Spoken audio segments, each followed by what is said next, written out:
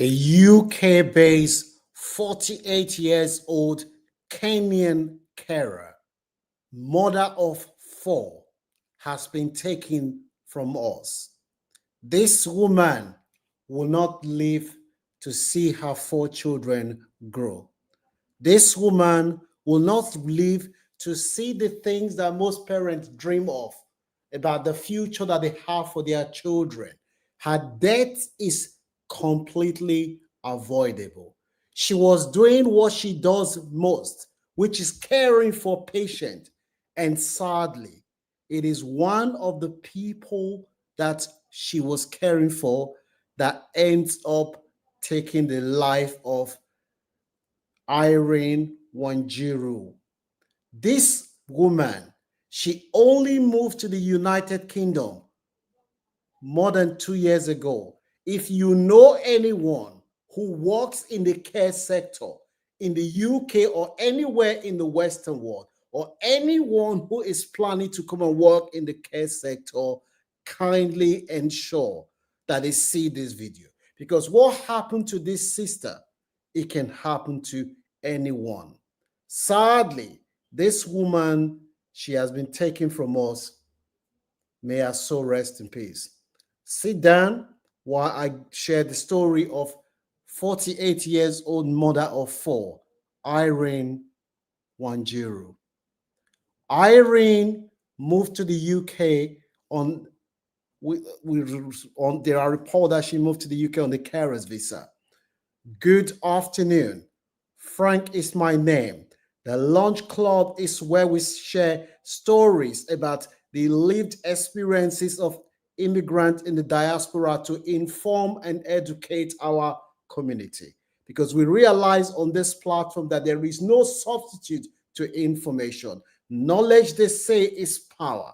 If you see any value in this afternoon's content, you can support our work by giving this video a like. Share this video with anyone that you know works in the care sector or anyone that is planning to work in the care sector. This mom, she never thought that her life will be cut short and she will not live to see her children. Her youngest children are twins. They are just more than 2 years old. Irene moved to the UK in search of a better life, like most immigrants. She had dreams and aspirations when she left her home country, Kenya. The pursuit of happiness, the aspiration to be able to provide for her children. She had the relationship broke down, and she said, you know what? I am not a single mom looking after 4 children. It's either I feel sorry for myself, I'm beginning to beg, or disvalue myself and rely on men, or I decide to take the bull by the horn and continue to push.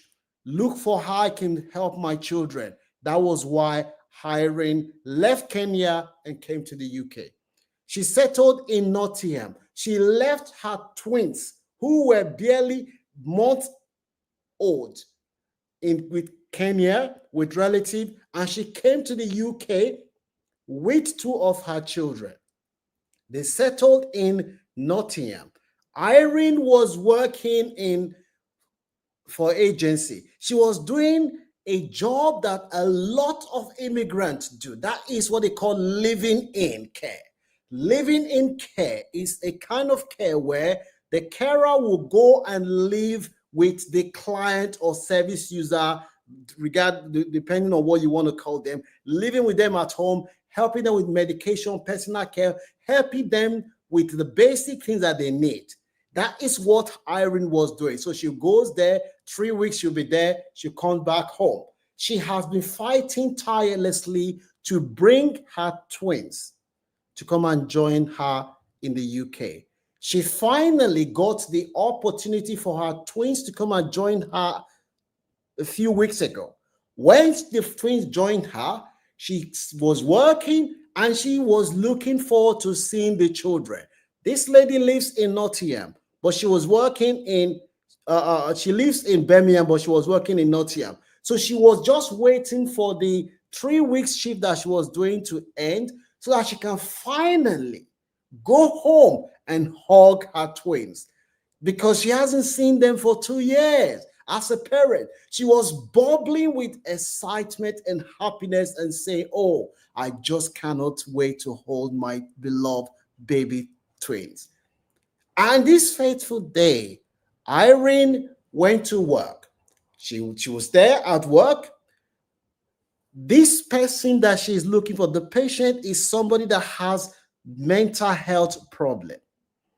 We don't know what happened. Irene employer, they woke up the next morning. They normally call Irene to ask to give them an update. They called Irene's phone, no answer. They called Irene's phone several times, no answer. They contacted the family to say, "We've been trying to reach Irene, but we have not been able to reach Irene. Have you heard from Irene?" As soon as they contacted Irene's family, the family became worried. What has happened to our sister? Why is it that she's not picking up call? They then contacted West Midland Police in Birmingham, and the police then went to the house to check what has happened to Irene. The police forcefully opened the door. As soon as they opened the door, guess what they saw? They saw this beautiful lady with her beautiful smile. She was lying lifeless there on the floor. That this woman, she was gone. They arrested the 30 years old man whom she was caring for, and the autopsy report shows that this 30 years old man that Irene was caring for was a person that used an object to hit her on the head and just took this woman's life in cold blood. The woman was soaked, and the saddest part of this story is that this man has been arrested now. He is likely not going to face charge, although they said he's being arrested for murder charge, but he is somebody who is suffering from mental health. The likely outcome is that the CPS is going to come back and say, "You know what, there's no realistic chance of seeking conviction there, because this man is somebody that is suffering from mental health problem, and therefore we think that the mental health is responsible for the man's action." That is the likely outcome that we expect, because I do not see how the CPS can take a man who has mental health problem to court and say, "Look, this man planned this thing." It's hard to prove because of the mental health. The saddest part that I want to know is, what was the risk assessment that was done on this man? What was the risk assessment? Because this death is completely avoidable. A lot of people, especially people from our community, work in living in. Even in America, a lot of people from our community, is one of the easy jobs that they pick up when they move abroad. Living in. You go and live in the house with the client. A lot of the client, a lot of people don't have the experiences that Irene has just had. A lot of people that work in this sector, they are fine with the job they do it. But the sad reality of this case is that this 48 years old, she was caring for the patient, and she did not expect her life when she left Kenya 2 years ago. She did not expect her life to be taken short by somebody that she was caring for, trying to make sure that the person lives a fulfilling life. This woman, she's not going to see her children again. What do you think is going to be the fate of the children? I hope the children will be allowed to stay in the country, because Irene's children, Irene is the only single mom. She's the only one that raising these 4 children. I hope they will not be asked to leave this country and return because their dependent has now passed away. Let me know what your views are. Some people say, somebody is saying desperation for money will. Well, it's easy for you to say. When you first move abroad, you don't have any UK or American experience, and you have bills to pay, and you've sold all your things before you left your home country. There is no way you will not be desperate. You need to put yourself in order of this immigrant shoe.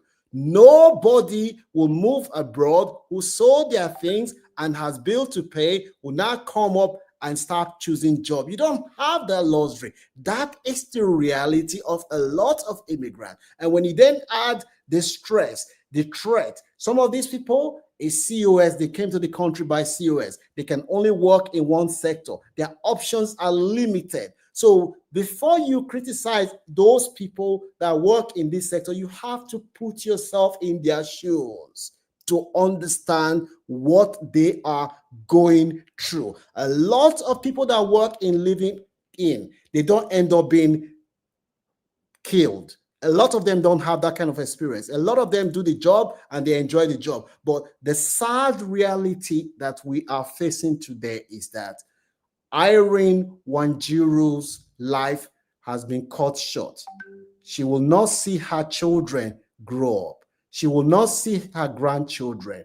This is a tragic situation, and my heart goes out to them. The family are raising money to try to arrange a burial, because as you can imagine, this is a mom that she moved to the UK more than 2 years ago. She hasn't even settled down, and she's done everything that she's put it towards bringing her twins to the UK.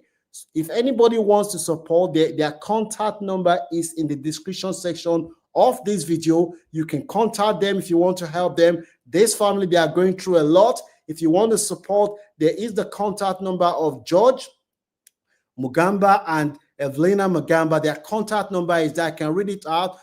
George contact number is 072-729-7219. Their contact number is there. Nothing is too small. This family, they are going through pain right now. The sad reality is that a lady who came to the UK more than 2 years ago in search of a better life, in search of a dream to be able to have, for our children to have a better life, sad reality is that she was taken from us, and she will not see her children grow again.